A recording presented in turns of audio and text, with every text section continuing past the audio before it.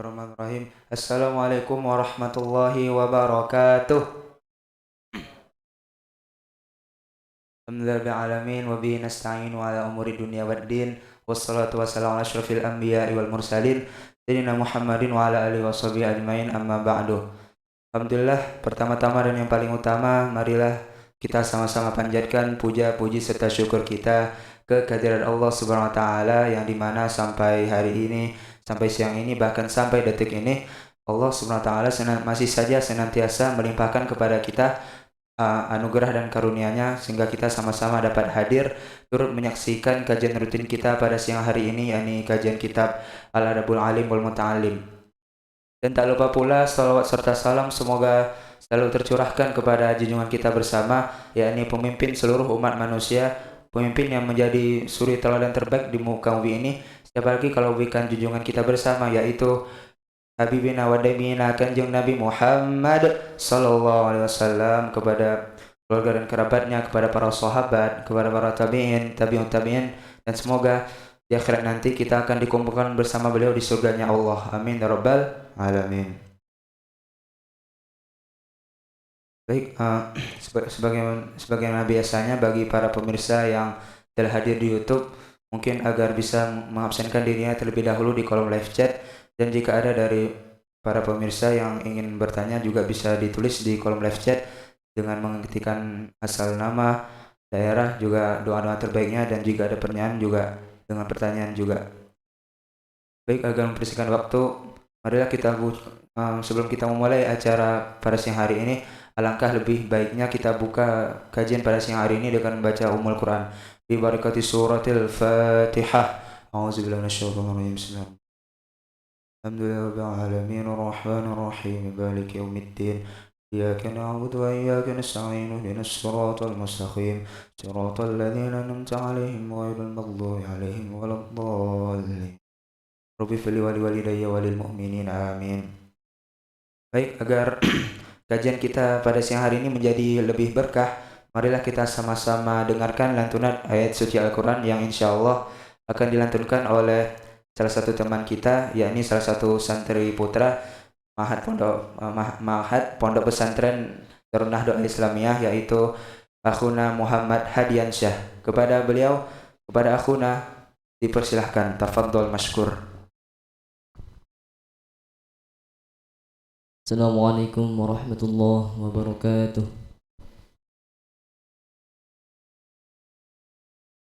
A'udzu billahi minasy syaithanir rajim. Bismillahirrahmanirrahim. ما كان لأهل المدينة ومن حولهم من الأعراب أن يتخلفوا عن رسول الله ولا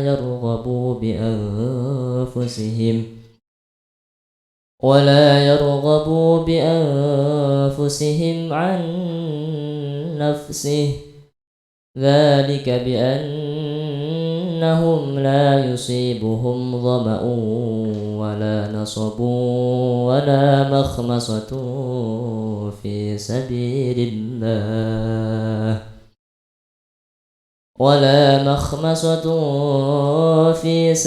الله ولا يطؤون موطئا يغيظ الكفار ولا ينالون من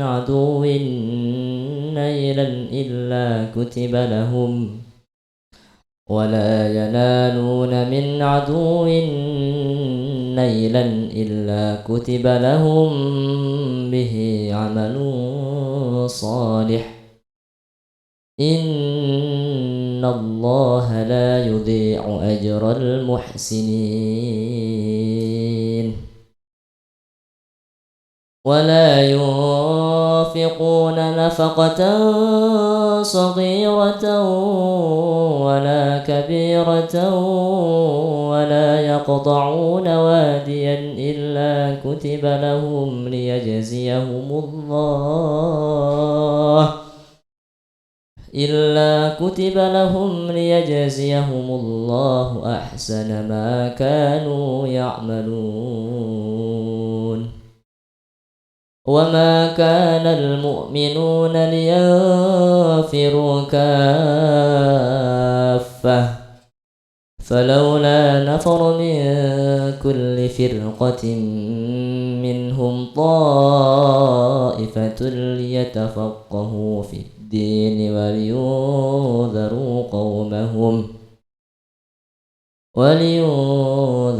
قومهم إذا رجعوا إليهم لعلهم يحذرون صدق الله العظيم. السلام عليكم ورحمة الله وبركاته.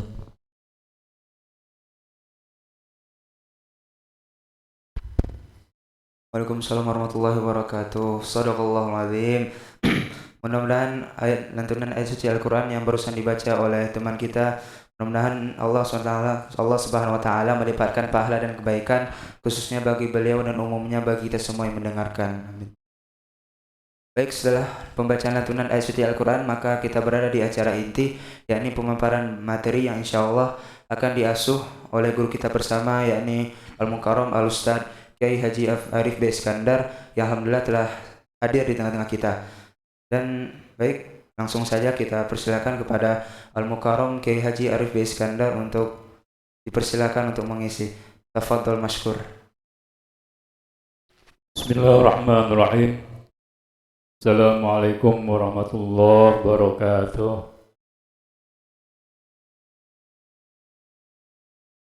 Alhamdulilladzi nahmaduhu wa nasta'inuhu wa nastaghfiruh wa na'udzu billahi min shururi anfusina wa sayyiati a'malina may yahdihillahu fala mudilla lahu wa may yudlil fala hadiya lahu. Asyhadu an la ilaha illallah wa la syarika lahu wa asyhadu anna Muhammadan abduhu wa rasuluhu nabiyya ba'dah. Allahumma shalli wa sallim wa barik ala sayyidina Muhammad wa ala sayyidina Muhammad amma ba'd. Allahumma rabbana zidna ilman nafi'an warzuqna fahman wasi'an. Bismillah li sadri wa yassir li amri wa hlul 'uqdatam min lisani yafqahu qawli.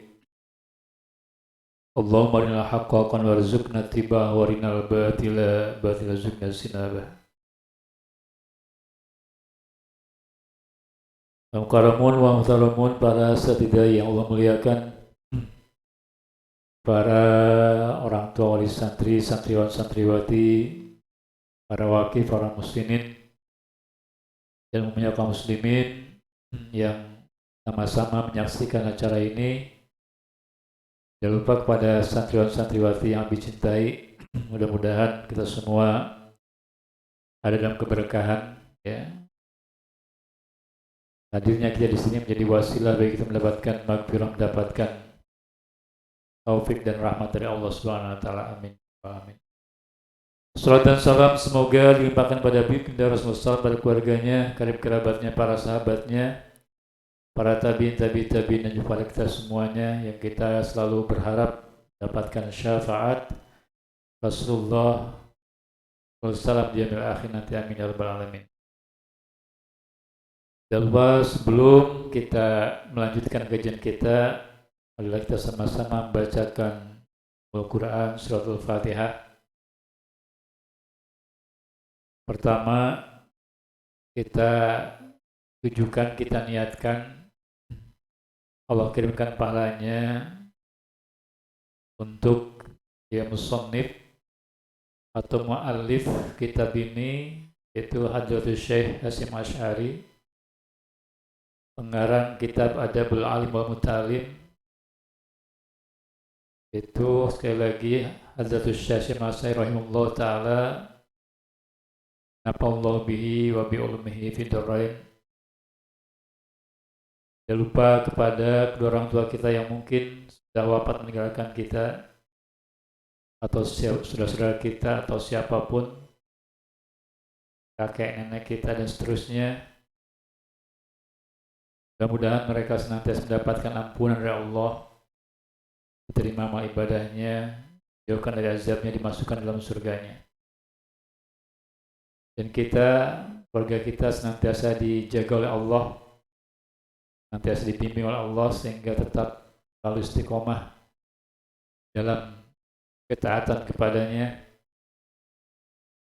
Dan khusus kalian yang sedang berusaha terus menghafal Quran, meroja Al-Quran, mengkaji Sakofa Islam, juga senantiasa dipelihara semangatnya, istiqomahnya, dan diberikan kemudahan oleh Allah sehingga kalian betul-betul bisa meraih tujuan kalian jadi para penghafal, para alim, dan para pejuang Al-Quran.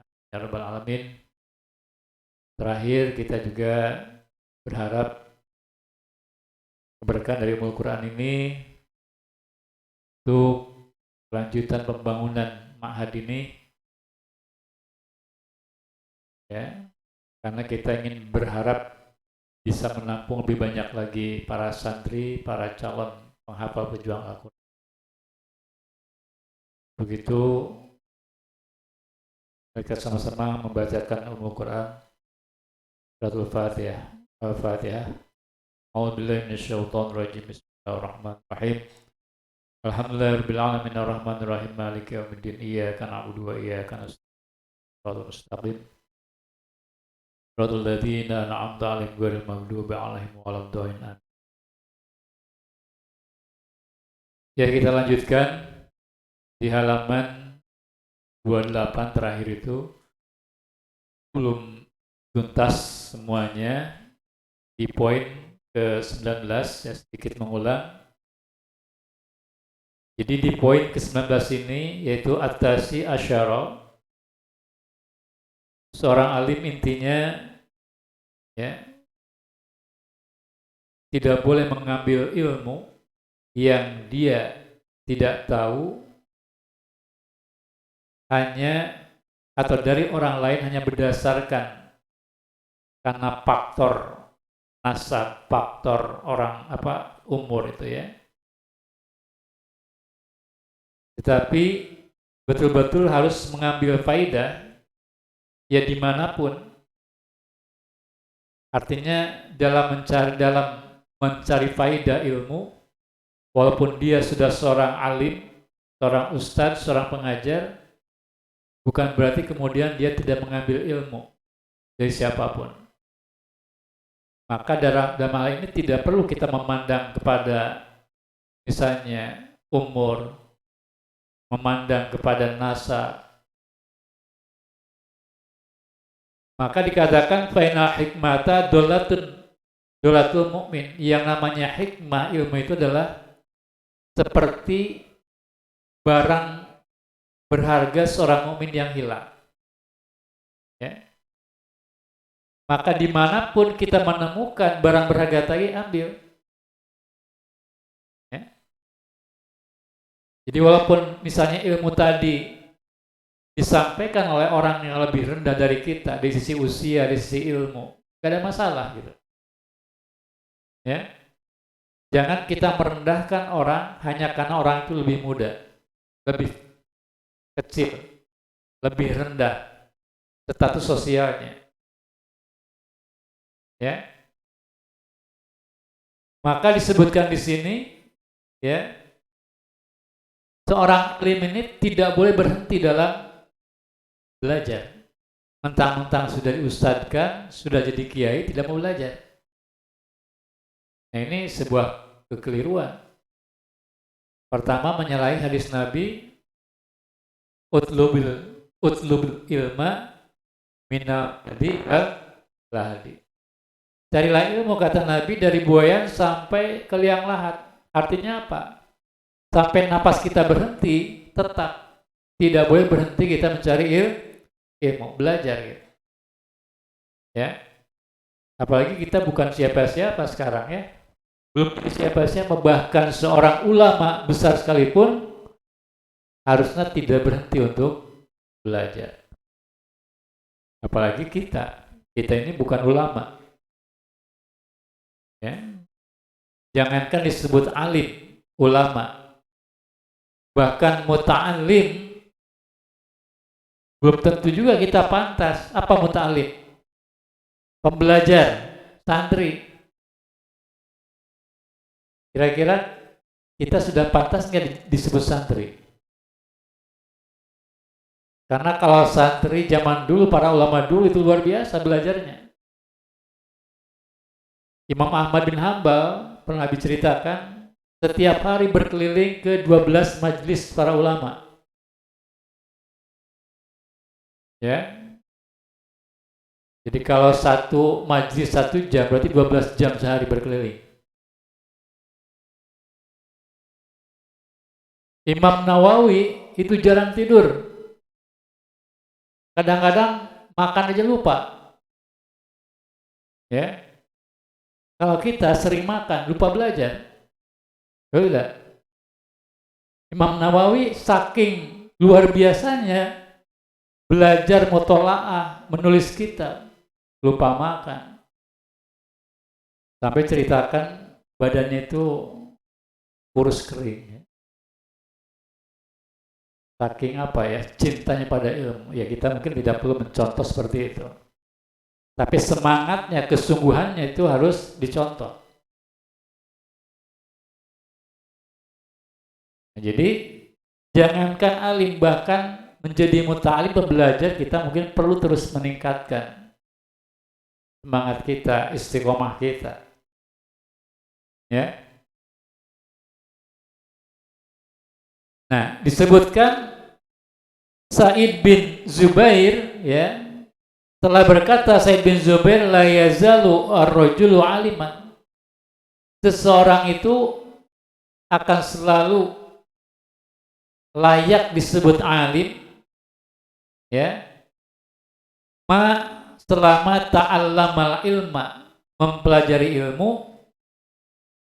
Artinya selama dia belajar, berarti dia itu alim. Faidah, dan jika taraka ta'alluma, dia meninggalkan belajar,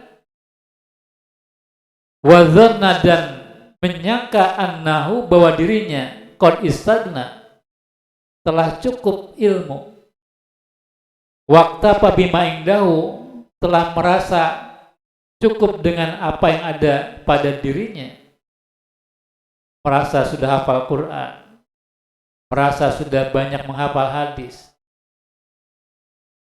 dan kemudian sejak itu merasa cukup, tidak mau lagi belajar. Justru kata Sa'id bin Jubair bahwa dia itu ajhalu mayakun, justru orang paling bodoh. Jadi orang bodoh itu orang yang merasa dirinya pintar. Jadi orang bodoh, orang merasa dirinya pintar. Justru kalau orang merasa bodoh itu pintar. Kenapa? Kalau orang merasa bodoh akan terdorong untuk terus belajar. Tapi kalau orang sudah merasa pintar, dia akan berhenti belajar. Betul tidak? Ya. Jadi mendingan merasa pintar, merasa bodoh. Hah? Mending merasa pintar atau merasa bodoh? Mending merasa bodoh? Ya tergantung. Kalau merasa bodoh diam aja, nggak belajar, sama aja. Aku ini orang bodoh, tapi nggak pernah belajar. Ya bodoh juga gitu ya. Ada yang gitu? Banyak. Udah tahu dia bodoh, tidak mau belajar. Makanya kalau kata Imam Al-Ghazali mengutip Khalil bin Ahmad dalam kitab Al-Ihya, kalau nggak salah, di situ disebutkan bahwa ada 4 jenis orang terkait dengan ilmu. Pertama adalah rajulun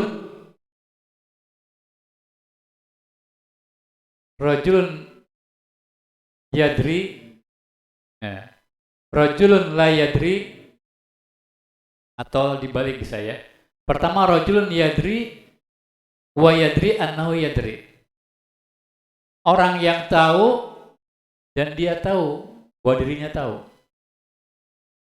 Maksudnya apa? Jadi seorang yang berilmu dan dia sadar bahwa dia itu berilmu, maka dengan ilmunya dia mengamalkan ilmunya tadi. Itulah kelompok orang, jenis orang terbaik. Jadi ulama yang mengamalkan ilmunya. Rajulun yadri wa yadri annahu yadri. Orang yang tahu dan dia tahu dirinya tahu. Dan ini orang yang berilmu dan dia sadar dirinya berilmu.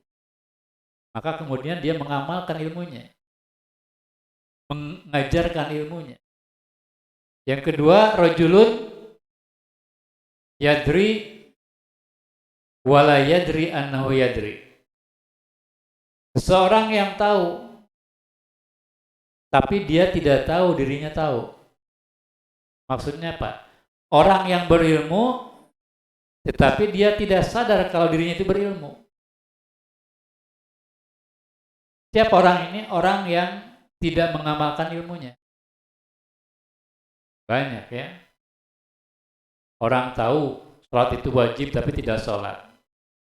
Orang tahu menutup aurat, memakai jilbab bagi perempuan ya, itu wajib tapi tidak mau pakai jilbab, tidak mau tutup aurat.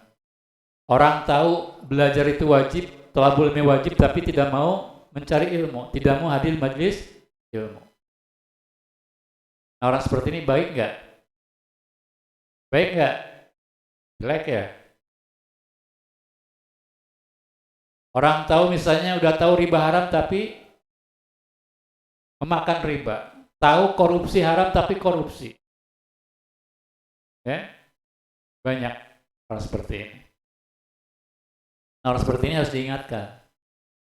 Harus diingatkan, ya. Sering-sering diingatkan. Yang ketiga, rajulun la yadri wa yadri annahu la yadri. Jadi orang yang tidak tahu dan dia tahu dirinya tidak tahu. Maksudnya siapa? Orang yang bodoh, yang awam dan dia sadar dengan kebodohannya, keawamannya. Karena dia sadar bodoh, sadar awam, dia kemudian semangat untuk belajar. Bagus nggak? Bagus. Kalau dalam istilah Sunda itu ada orang bodoh itu ada dua ya, ada bodoh alewoh. Ya. Itu nggak bodoh alewoh. Bodoh tapi daek tatanya, mau bertanya. Itu bagus malah kan. Yang kedua, yang terakhir ini, ya yang terakhir yaitu rajulun la yadri wa la yadri annahu la yadri. Orang yang tidak tahu dan dia tidak tahu kalau dirinya tidak tahu. Orang yang awam, yang bodoh, dia tidak sadar kalau dia itu bodoh. Inilah disebut dengan dalam bahasa Sunda bodoh kata toloyo. Kebangetan bodohnya. Ya. Sudah tahu bodoh tapi merasa pintar. Sudah tahu bodoh tapi tidak mau belajar. Jangan seperti itu. Ini yang paling jelek. Minimal tadi yang ketiga. Kita bodoh, kita merasa awam. Justru dengan merasa awam ini kita semangat untuk belajar. Ya.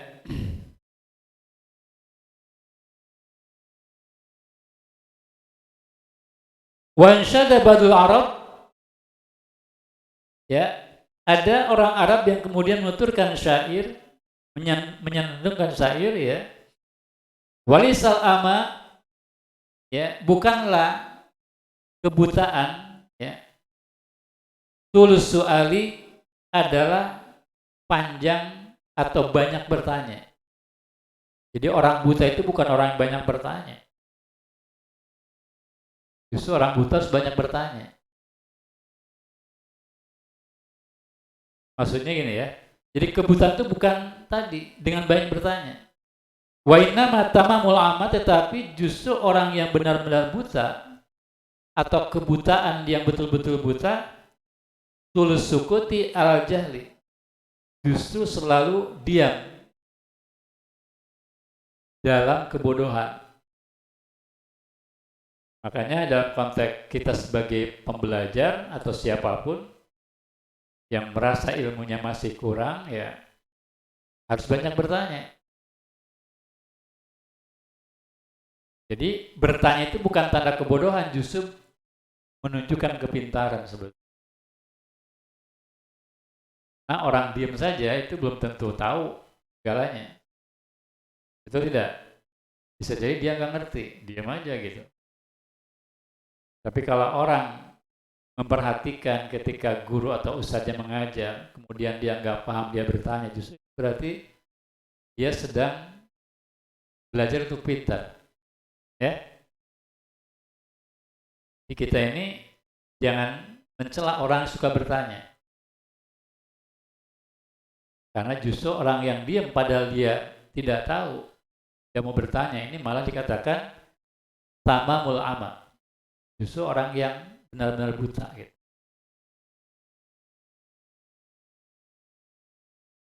Nah, kemudian dikatakan wakana jama'atun minas salafi, ada sekelompok ulama salaf atau generasi salaf yastafiduna, mereka mengambil faedah ilmu min talabatihim, justru dari muridnya.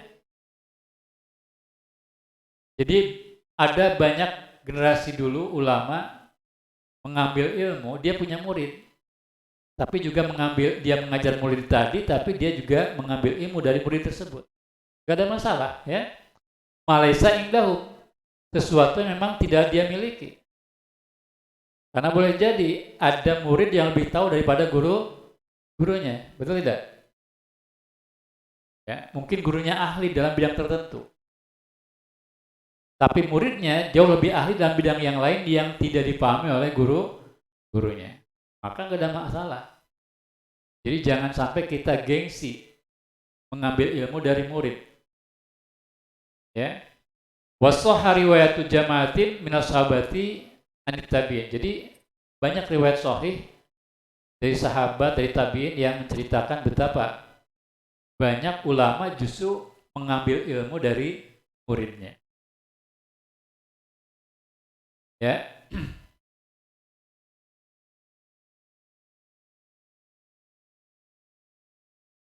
Wa qala al ulama min fawaidihi, ya. Para ulama berkata terkait dengan berbagai faedah ini, innahu la yamtanil fadil minal akhdi anil mabdul. Jadi bukan sesuatu yang terlarang.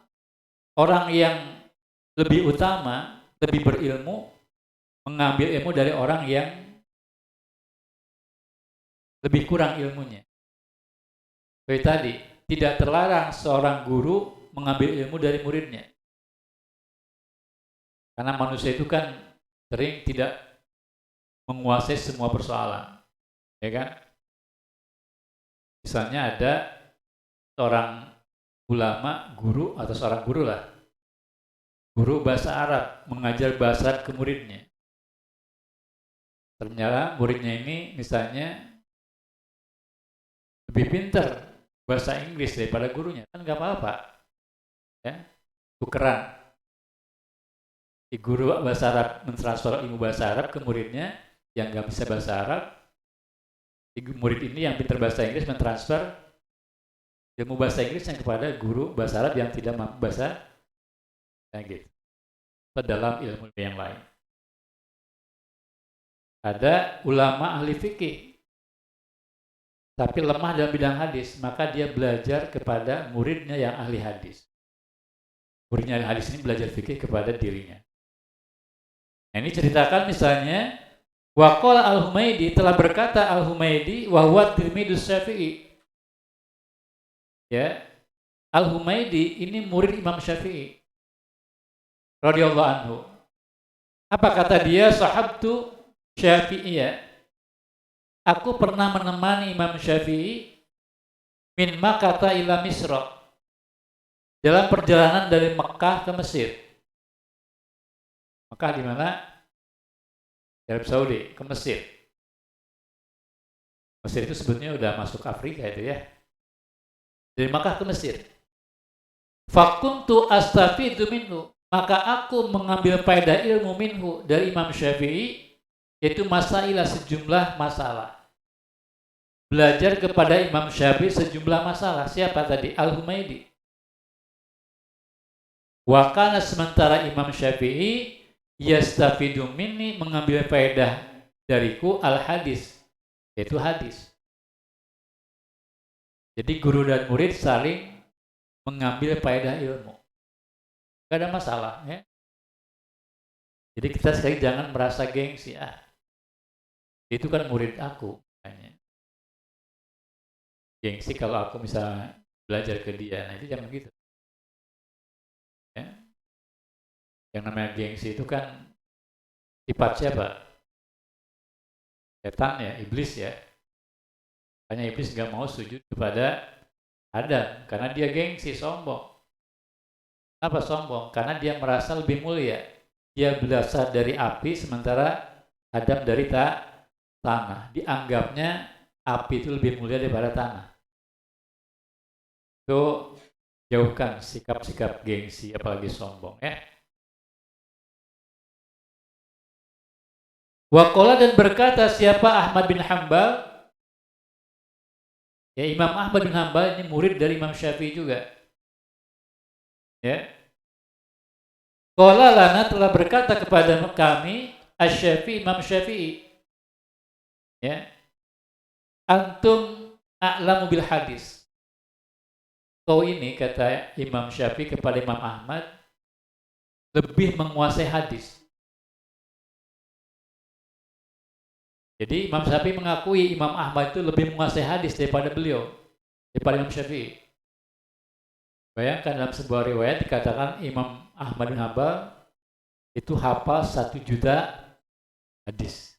Bayangkan 1 juta hadis. Di kalau Al-Quran 6.000 sekian ayat. Itu aja sudah susah ya. Susah tidak? Menghafal Quran sulit, susah? Susah ya? Ini bayangkan Imam Ahmad Al-Quran padahal cuma 6.000 sekian ayat. Susah. Imam Ahmad menghafal 1 juta hadis. Mana coba? Kalau dibagi dengan usia beliau yang berapa tahun beliau ya Pak? 60-70 tahun. Katanya sehari bisa hafal ratusan hadis itu.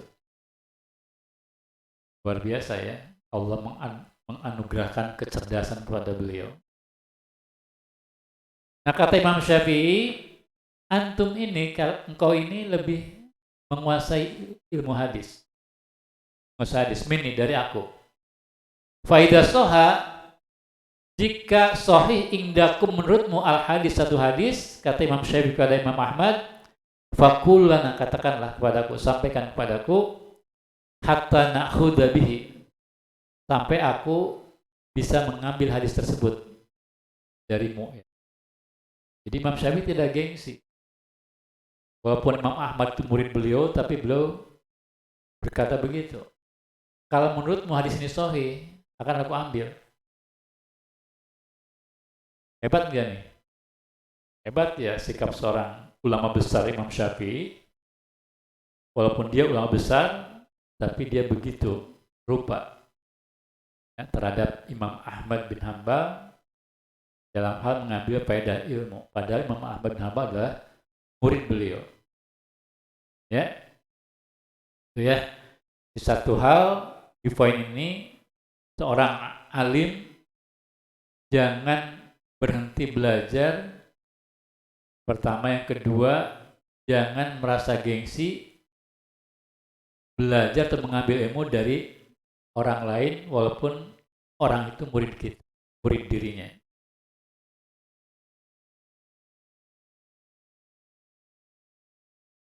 Apalagi kita belum menjadi seorang alim, seorang muta'alim. Alim pun kita mungkin dalam level yang paling rendah. Harusnya kita lebih bersemangat lagi dalam belajar ya. Berikutnya wal isrun atau wal asirun ya. Ini yang ke-20, yang terakhir ya. Tentang adab seorang alim dalam terkait dirinya ya.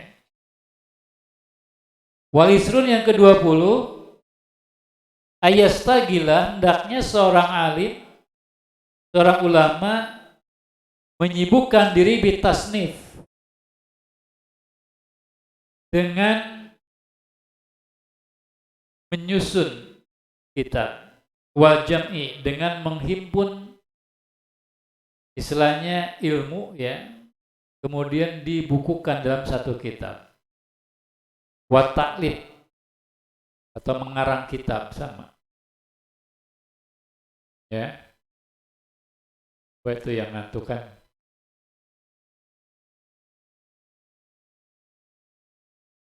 Ini coba lihat pandang wajah Abi ya. Kalau nggak akan ngantuk. Kalau ngantuk berarti apa ya? Ya. Jadi seorang ulama itu kalau bisa tadi menyibukkan diri untuk mengarang menulis kitab. In kana ahlan jika dia mampu lidzalika untuk menulis kitab.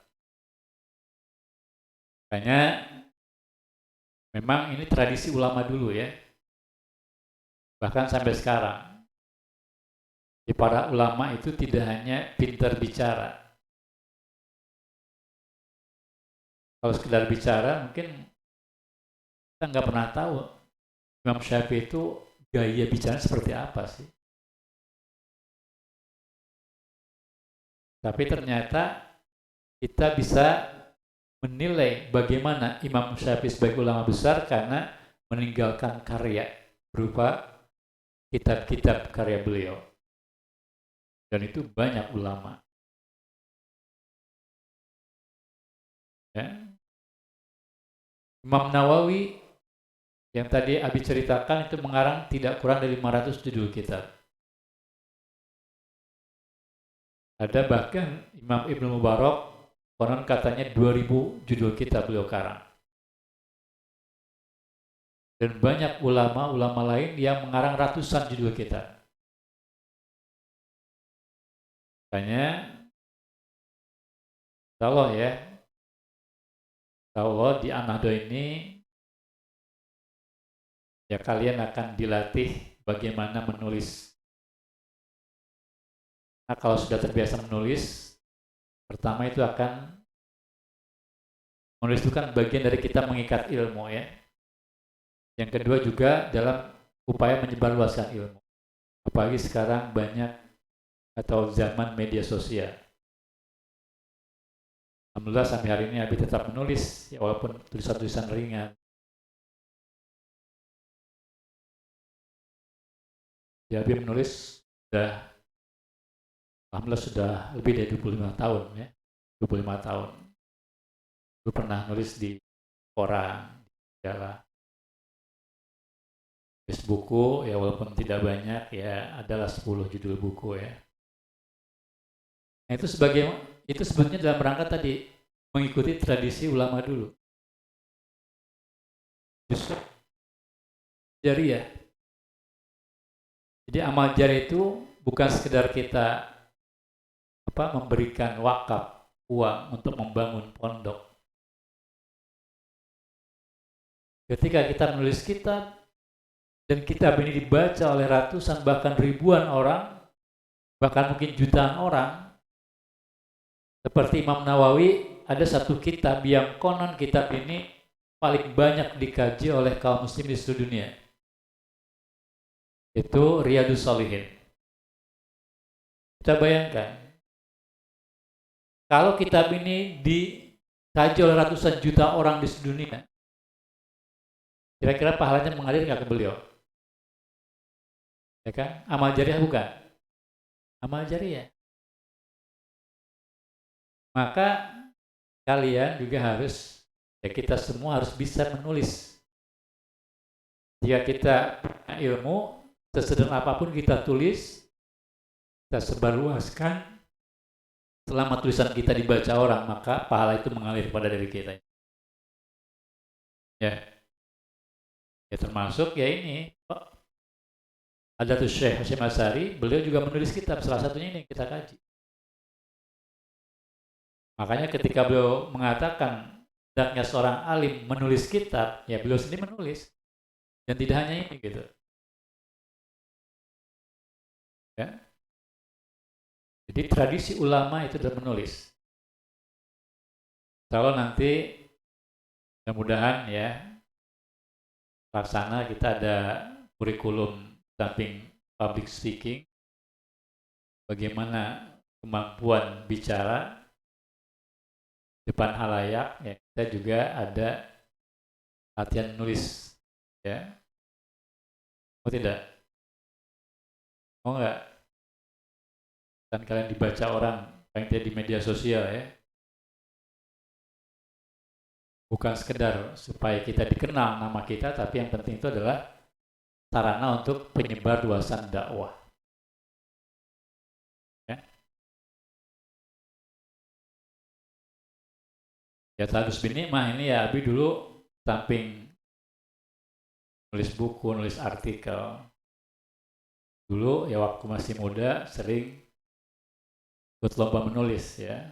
Dan alhamdulillah beberapa kali mendapatkan juara nasional. Tapi tentu bukan itu yang jadi tujuan, yang penting tadi kita jadikan sarana menulis untuk menyebarluaskan ya. Jadi fainahu yutaliu ala haqa'iq al-fununa. Ya.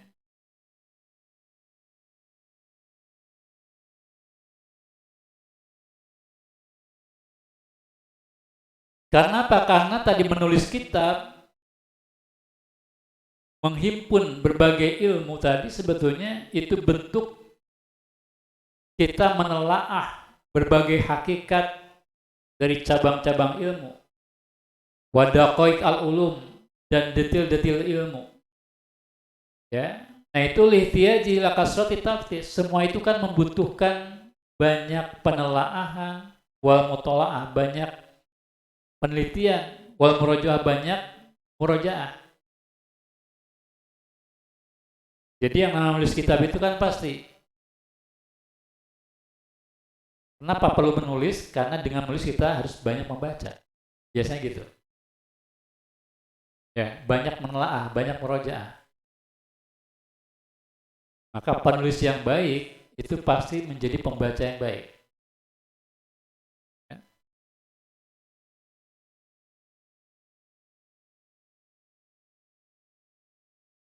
Wa huwa kama qala, dan ini sebagaimana kata Al-Khatib Al-Baghdadi, justru dengan menulis itu yusbitul hifdha, akan mengokohkan hafalan, wa yuzakil qalba, mencerdaskan akal, ya, qalbu, wa yusahhidal dhahna, mencerdaskan otak, ya, wa yujayyidu al-bayana, semakin memperbagus penjelasan ketika kita menjelaskan ilmu, ya.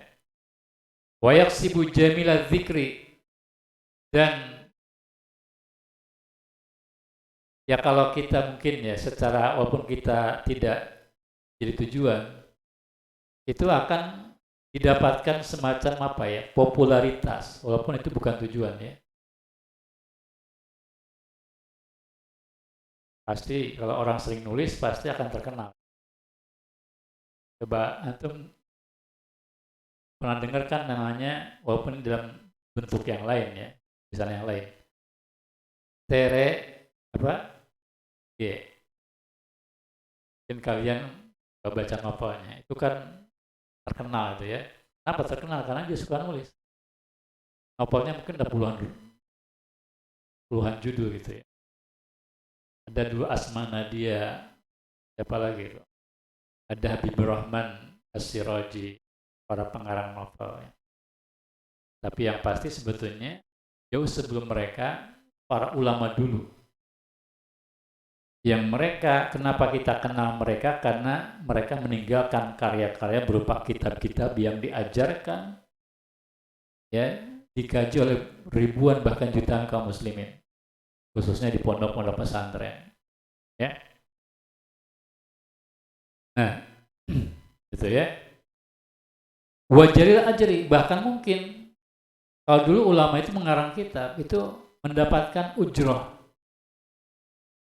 imbalan yang besar.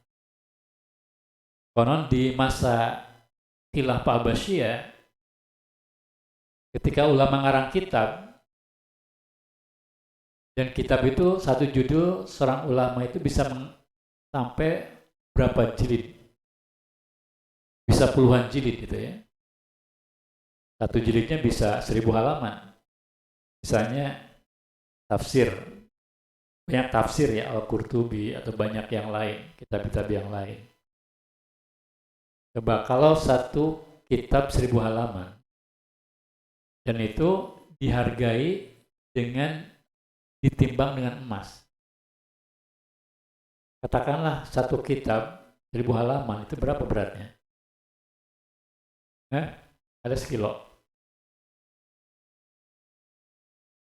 Katakanlah setengah kilo, 500 gram. 1 gram sekarang hampir 1 juta. Berarti satu kitab 1000 halaman 500 juta. Kalau ada 10 jilid saja 5 miliar. Imam Nawawi mengarang 500 judul kitab. Makanya ulama dulu itu bisa kaya dari menulis. Nah, dulu tadi banyak khalifah yang menghargai karya ulama tadi ditimbang dengan emas. Ya, kalau sekarang sih ya nggak ada ya. Tapi intinya tadi bukan itu yang kita cari, tapi jadikan nulis sebagai cara kita mengikat ilmu dan menyebarluaskan ilmu. Cukup itu akan jadi amal jariah buat kita yang pahalanya mengalir untuk kita walaupun kita sudah wafat. Wa yukhallidu ila akhir dahri, jadi bisa mengabadikan istilahnya dalam tanda kutip nama kita sampai bahkan ya dalam waktu yang lama, seperti yang tadi dialami oleh para ulama. Mereka walaupun sudah wafat ratusan tahun yang lalu, tapi namanya terabadikan. Mereka meninggalkan karya-karya yang karya-karya tadi dikaji oleh umat Islam sampai hari ini. Ya. Coba misalnya gini, contoh kecil lah. Kitab Jurumiyah itu kan tidak terlalu tebal ya. Tapi pesantren mana coba yang tidak mengkaji kitab Jurumiyah? Umat Islam yang mana yang ketika ingin belajar bahasa Arab tidak mengkaji kitab tersebut? Hampir semuanya mengkaji. Maka kita bisa bayangkan betapa pahalanya mengalir terus kepada karang kitab tersebut. Itulah yang kata Ibnu Rajab Al-Hambali, orang yang beruntung. Orang beruntung itu apa?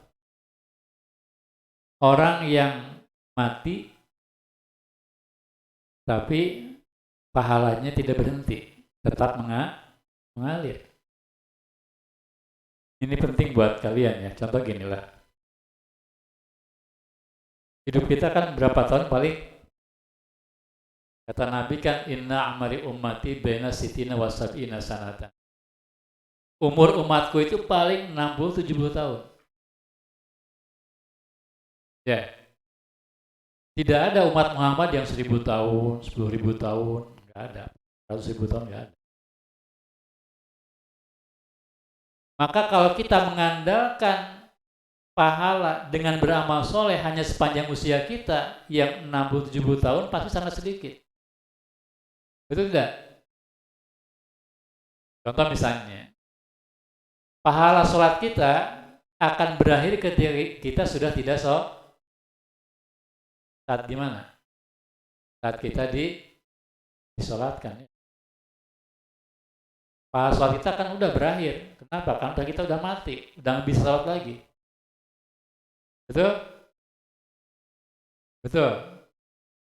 Contoh ya. Pahala sholat kita berhenti ketika kita sudah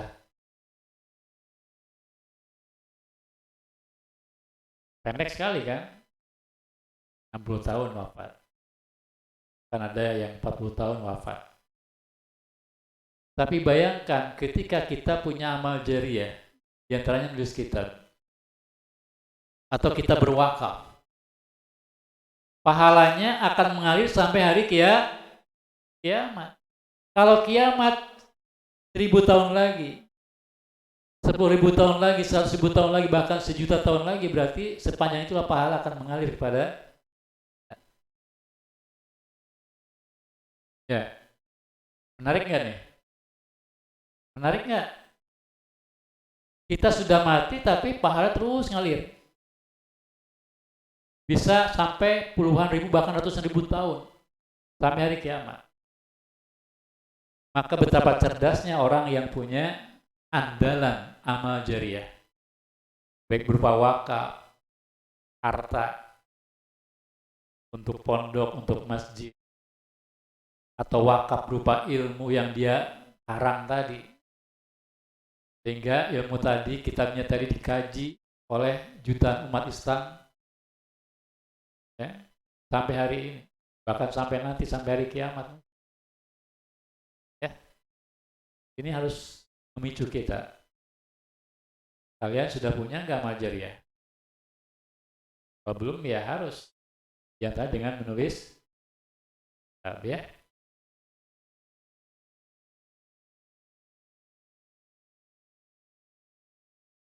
Wala aula ayyataniya bima ya'ummu nafahu ya. Wa taqsul hajat ilaihi, dan yang paling utama adalah mengarang kitab yang manfaatnya itu bisa dirasakan oleh masyarakat umum dan memang dibutuhkan.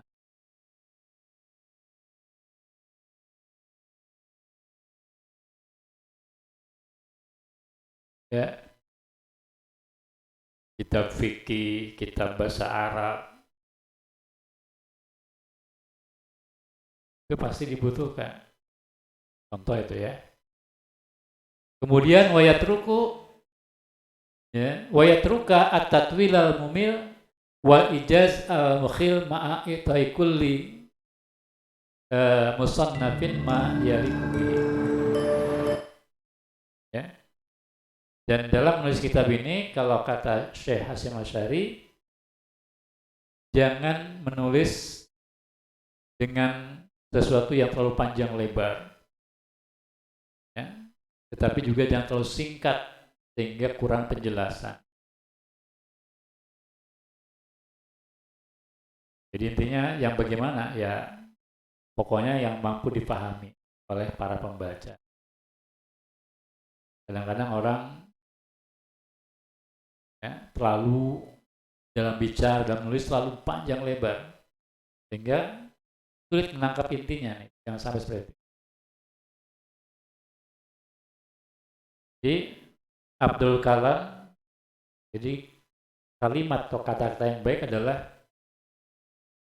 apa? Yaitu maqalla wa dalla. Sedikit tapi mengena. Ya. Sedikit yang disampaikan tapi mengena. Daripada panjang lebar tapi orang jadi bingung. Ya, kira-kira begitu ya. Tidak dibacakan semuanya, tapi itu intinya.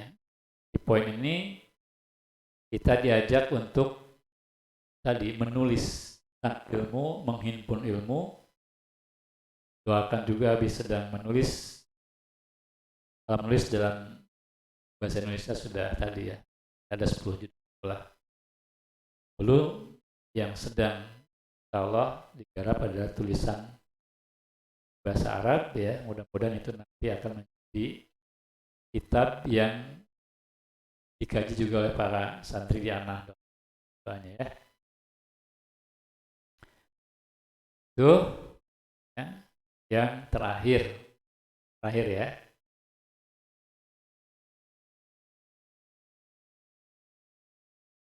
Baik, ada pertanyaan? Atau habis serahkan dulu ke atur acara, ke host. Belum, kalau mungkin dilanjutkan. Silakan.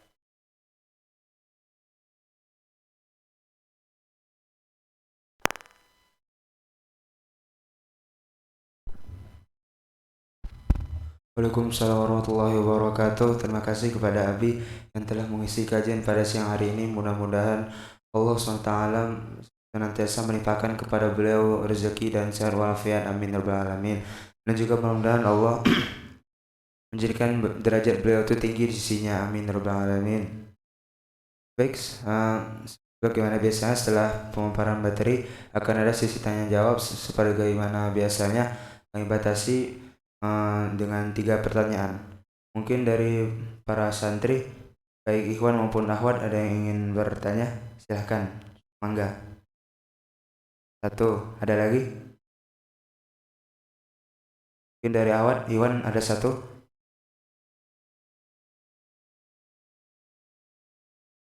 Mungkin dari Ikhwan dulu.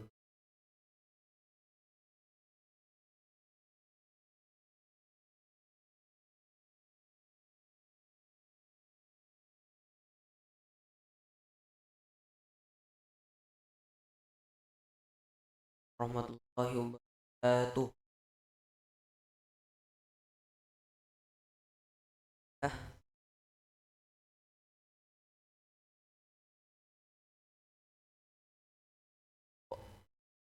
Dari Islamiyah, Abi, kalau zaman ulama-ulama terdahulu itu ada gak santrinya yang umurnya itu lebih tua sampai sekitar 30-40, itu hanya untuk belajar ilmu di majelisnya? Ya. Dah itu aja. Assalamualaikum warahmatullahi wabarakatuh.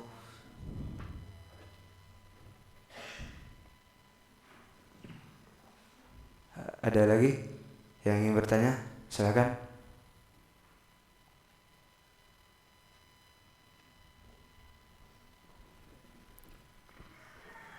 Ada? Mau dikumpulin apa dijawab dulu, Bi? Sok dikumpulin dulu. Dari Iwan atau Ahwat ada nggak? Ada Iwan satu lagi kayaknya. Sok.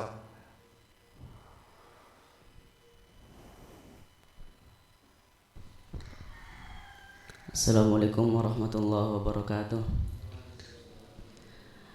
Abi izin bertanya. Diizinkan. Ya. Tadi kan di kitab disebutkan bahwa kalau kita banyak bertanya itu bagus. Tapi itu kan kalau bertanya kita tidak tahu. Kalau misalkan kita udah tahu tapi ditanyain terus gimana? Ya. Terus satu lagi? Dari Ahwat kemarin Iwan udah ada 2 nih. Masa Ahwat belum? Jangan kalah dari Iwan atau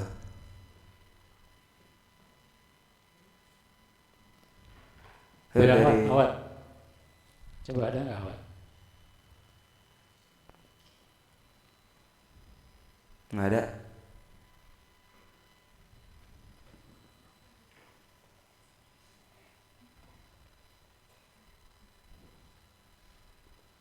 Ya. Pertanyaan pertama, apakah ada ulama dulu yang belajarnya itu udah tua gitu ya?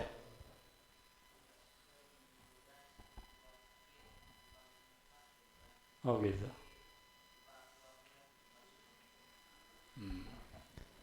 Banyak ya. Jadi banyak ulama yang memang dia bergelut dengan ilmu dari kecil sampai tua gitu ya.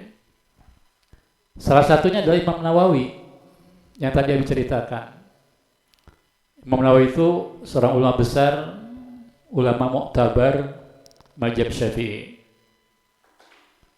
Jadi ceritakan beliau itu wafat di usia 40 tahun dan belum sempat menikah. Jomblo. Tapi jomblonya jomblo berkualitas. Ya iyalah, dia jadi ulama besar mengarang 500 judul kitab. Makanya ya jangan bangga jadi jomblo kalau tidak menghasilkan karya. Ngapain ngejomblo? Mendingan nikah ya. Kalau tidak punya karya. Ya beda. Hah? Ngapain ngejomblo? Dan bukan hanya Nawawi, banyak.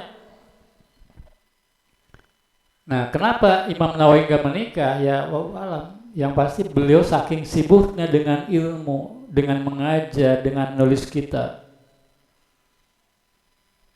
Abi pernah ceritakan, bahkan dalam manakib beliau itu ya, di antara waktu yang dia benci ketika datang waktu makan. Kenapa? Karena dianggap kalau makan terlalu lama, menghabiskan waktu, mengganggu aktivitas beliau menulis kitab. Makanya ibunya suka menyuapin beliau. Sambil nulis kitab disuapin. Bayangkan 40 tahun disuapin sama ibunya. Dan beliau sering tidak sadar kalau dia sedang disuapin karena sibuk menulis kitab itu. Nah, ini yang sedikit tambahan. Banyak juga sebenarnya ulama yang dulu terlambat belajar. Ya. Contoh misalnya Imam Abu Bakar Ar-Razi, itu hidup beliau di tahun 311 Hijriah. Jadi di masa mudanya beliau ternyata bekerja sebagai ya semacam inilah, mungkin penyanyi, penabuh kendang ya. Kalau sekarang kerjanya cuma hadroh aja gitu ya. Gak belajar tuh. Nyanyi aja, mukul hadroh gitu, kendang. Sampai kemudian lupa dia sampai beranjak tua. Ya. Nah, beliau itu ternyata baru belajar itu setelah usia 40 tahun. Setelah dia bosan dengan itu, dia baru belajar. Nah, termasuk beliau itu salah seorang ahli kedokteran itu ya.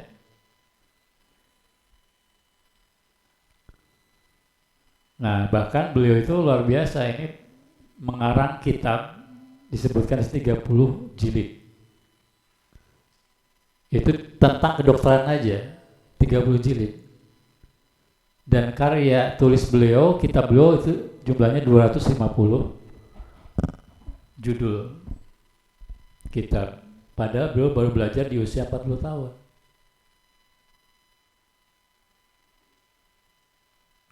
Ada juga namanya Imam Al-Qaffal, itu sama. Beliau belajar di usia yang di atas 30-35 tahun, tapi belum jadi ulama besar mazhab Syafi'i ya. Imam Ibnu Hajar belajar di usia 26 tahun, tapi belum jadi salah satu tokoh ulama terkenal. Ya. Imam Al-Qaffal tadi Al-Mawardi baru belajar di usia 40 tahun, tapi belum jadi ulama besar mazhab Syafi'i. Ya. Di banyak lah yang seperti itu ya. Termasuk yang cukup fenomenal juga adalah Fudail bin Iyad.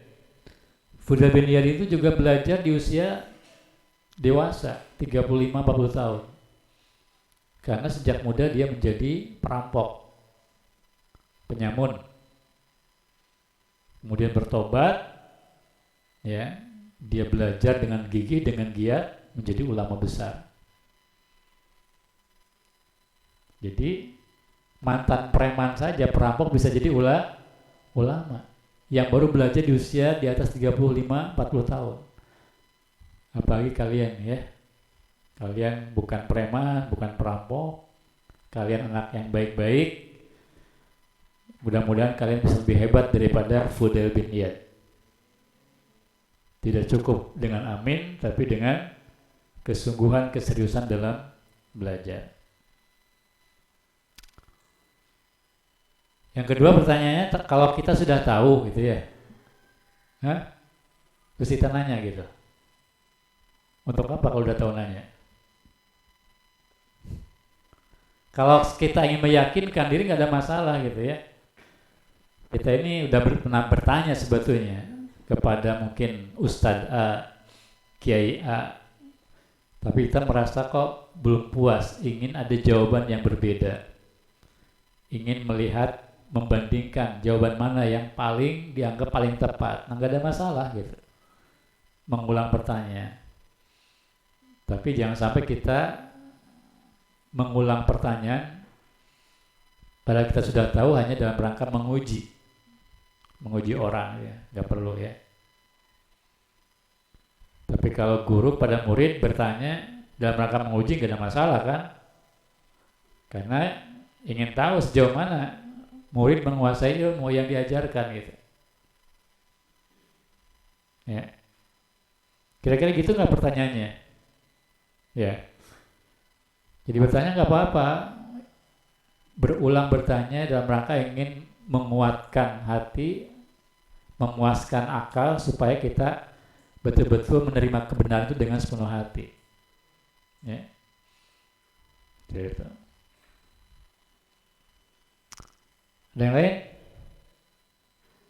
Kata dari Ahwat ada satu. Siapa? Coba. Silakan. Silakan. Sok. Ya, siapa yang dia? Assalamualaikum warahmatullahi wabarakatuh. Waalaikumsalam warahmatullahi wabarakatuh. Abi izin bertanya, apakah tidak termasuk menzalimi diri sendiri? Apakah tidak termasuk menzalimi diri sendiri jika mencintai dan mengabdi pada ilmu sampai lupa makan dan tidak menikah? Terima kasih. Wassalamualaikum warahmatullahi wabarakatuh. Paham nggak, Karim? Kurang jelas. Kurang jelas katanya. Coba tenang, santai, jangan terburu-buru. Apakah tidak termasuk menzalimi diri sendiri? Jangan terlalu dekat coba itunya, mic-nya. Jangan terlalu dekat ininya. Apakah Malah nggak ada suaranya. Apakah tidak termasuk menzalimi diri sendiri jika mencintai dan mengabdi pada ilmu sampai lupa makan dan tidak menikah? Makasih. Wassalamualaikum warahmatullahi wabarakatuh. Coba teh, Resta diperjelas.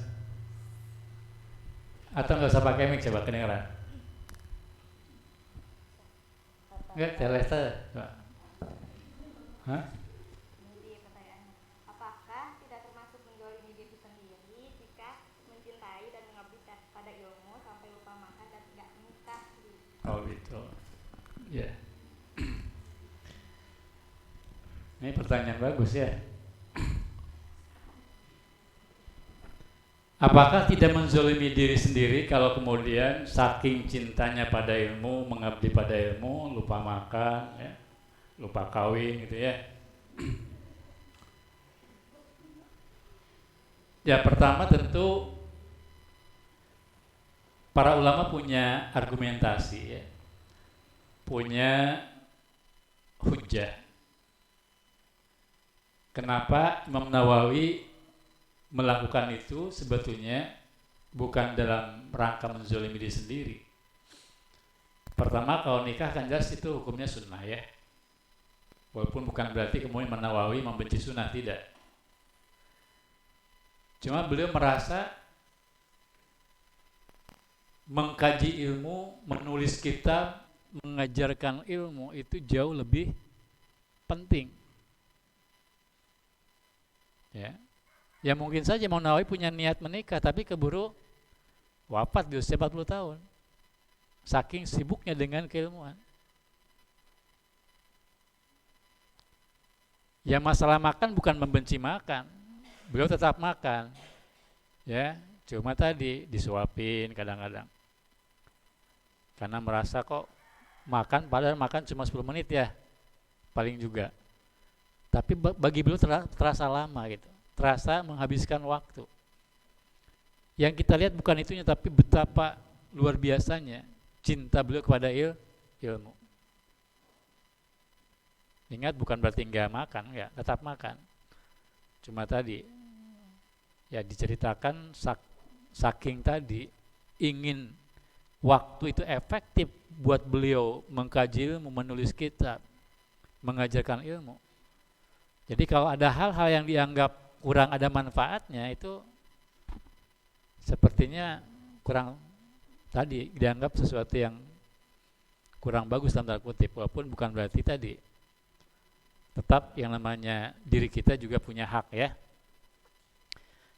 Tubuh kita punya hak, kita harus makan. Jangan sampai juga menyakiti diri sendiri. Ya.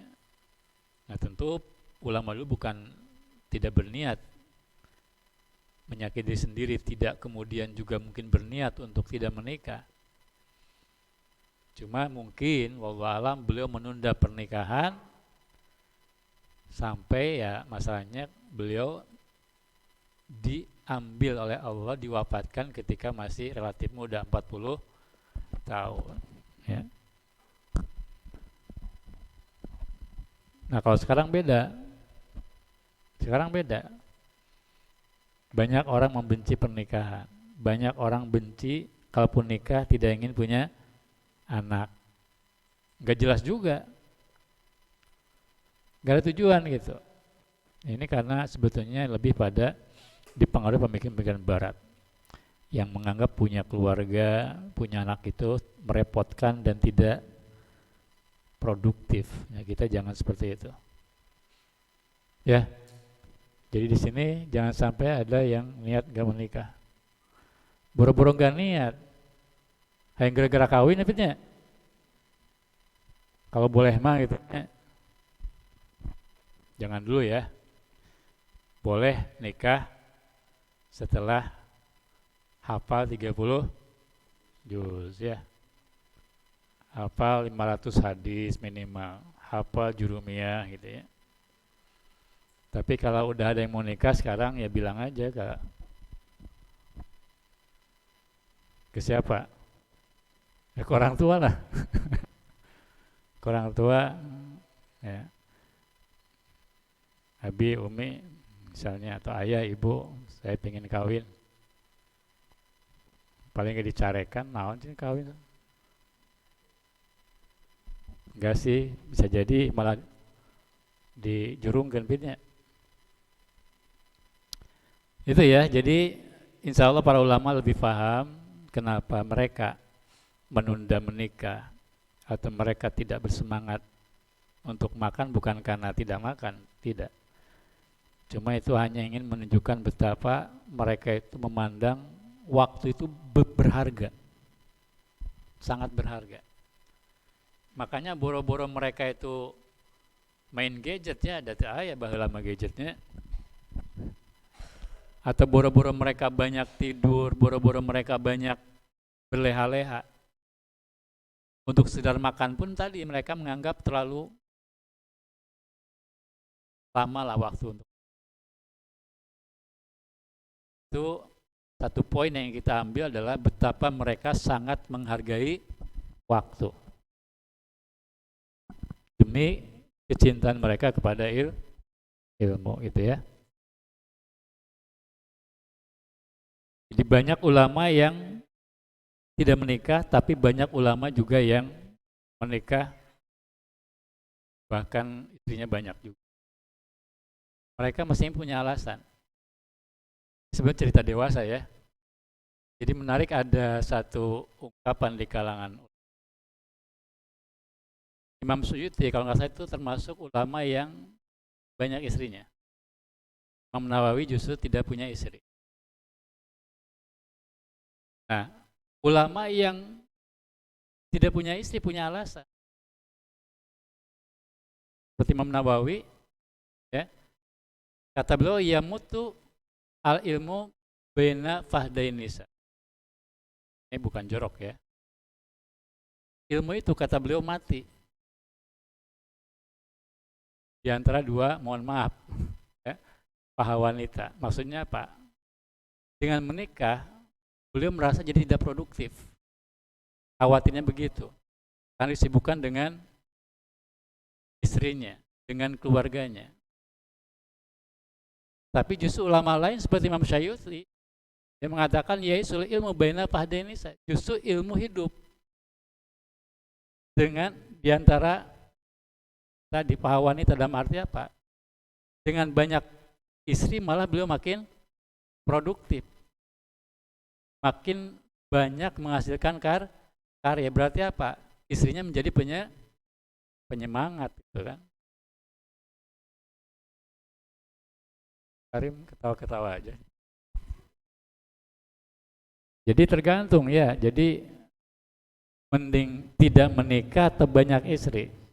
Ya tergantung. Apakah kemudian itu menjadikan kita produktif ataukah tidak? Maaf ya, ini dibahas karena tadi ada pertanyaan yang mengarah ke situ yang ya harus dijelaskan tadi. Jadi intinya tetap menikah itu adalah sunnah. Ya.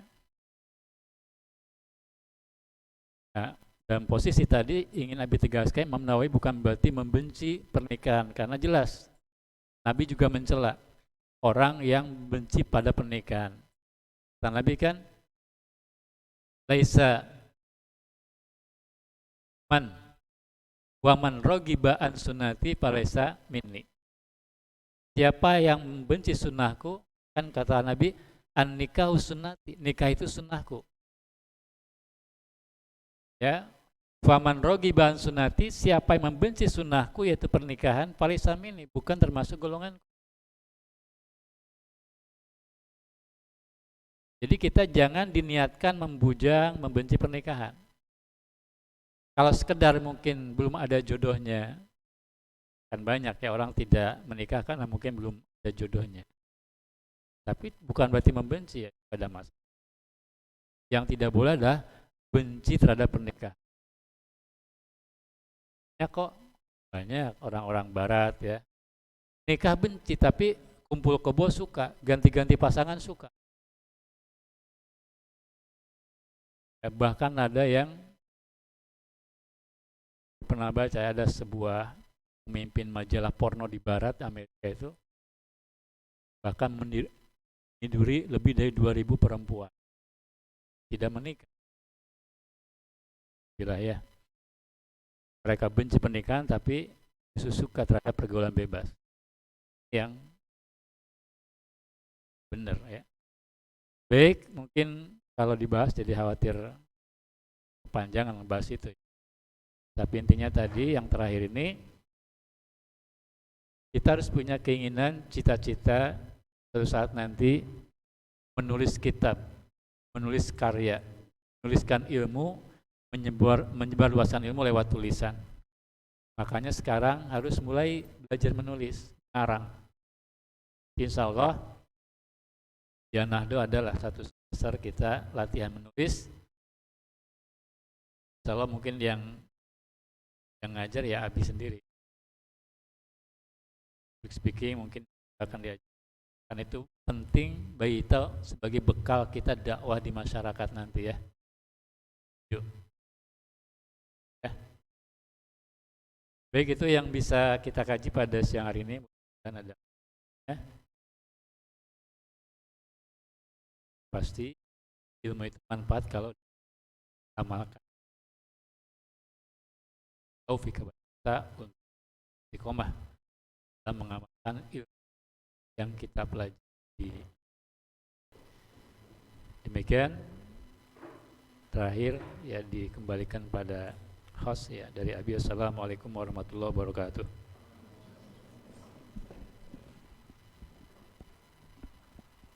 Waalaikumsalam warahmatullahi wabarakatuh. Baik, setelah sesi tanya jawab maka kita berada di penghujung acara.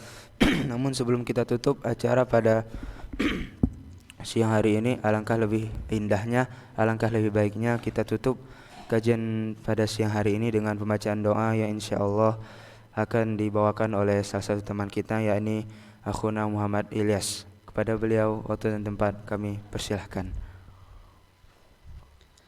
Assalamualaikum warahmatullahi wabarakatuh.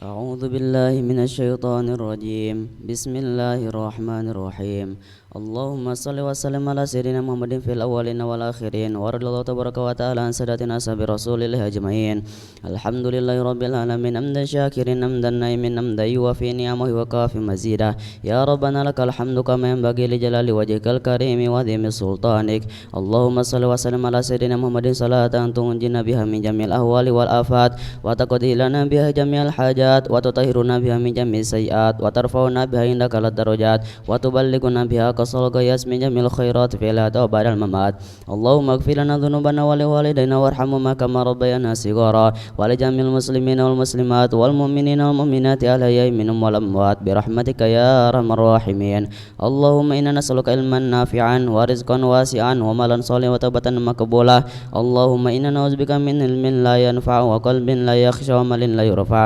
اللهم طهر قلوبنا من الشك والشرك ونفسنا من الطمع وعملنا من الرياء وفرجنا من الزنا ولساننا من الكذب والغيبة وعيوننا من الخيانة فإنك تعلم خائنة الأعين وما تخفي الصدور اللهم أنت ربي لا إله إلا أنت اللهم إنا نسألك الجنة وما قرب إليها من قول أو فعل اللهم إنا نسألك من خير ما سألك منه محمد نبيك ورسولك صلى الله عليه وسلم اللهم أكفنا بجلالك عن حرامك واغننا بفضلك عمن سواك اللهم إنا نسألك دولة خلافة راشدة على منهج النبوة تعز بها الإسلام وأهله وتذل بها الكفر وأهله اللهم انصر من نصر الدين واخذل من قتل وخذل المسلمين اللهم استر بسترك الجميل واخرجنا من الدنيا مسلمين اللهم استرنا بسترك الجميل واخرجنا من الدنيا مسلمين اللهم استرنا بسترك الجميل واخرجنا من الدنيا مسلمين ربنا آتنا في الدنيا حسنة وفي الآخرة حسنة وقنا عذاب النار ربنا لا تزغ قلوبنا بعد إذ هديتنا وهب لنا من لدنك رحمة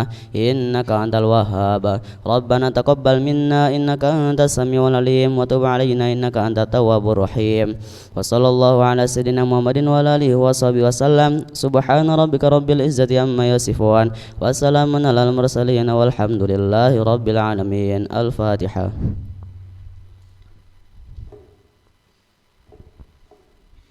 Assalamualaikum warahmatullahi wabarakatuh. Waalaikumsalam warahmatullahi wabarakatuh. Amin ya rabbal alamin. Mudah-mudahan doa-doa yang kita panjatkan pada siang hari ini Allah SWT segera kabulkan. Dan juga mudah-mudahan doa-doa yang kita panjatkan pada siang hari ini, ya kalaupun tidak dikabulkan di dunia, mudah-mudahan Allah mengabulkannya di akhirat kelak. Amin ya rabbal alamin. Baik, dengan dibacakan doa maka berakhirlah kajian kita pada siang hari ini. Saya selaku host mohon undur diri. Apabila dalam pembawaan saya memiliki banyak kekurangan dan kealpaan, saya memohon maaf. Wabillahi taufiq wal hidayah. Assalamualaikum warahmatullahi wabarakatuh.